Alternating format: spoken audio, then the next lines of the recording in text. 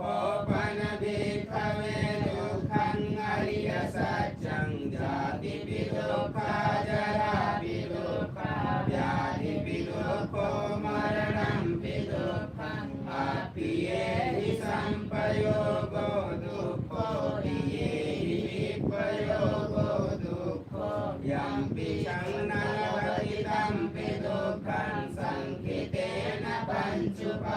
पञ्चुपादानकन्दा दुःख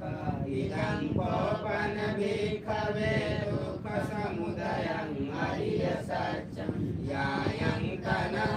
कोनो भविकानन्दिरागसहकृता तत्र तत्राभिनन्दनी सेयतीदं कामतनः भवतनः विभवतनः इदं कोपन भिक्खवे दुःखनिरोधं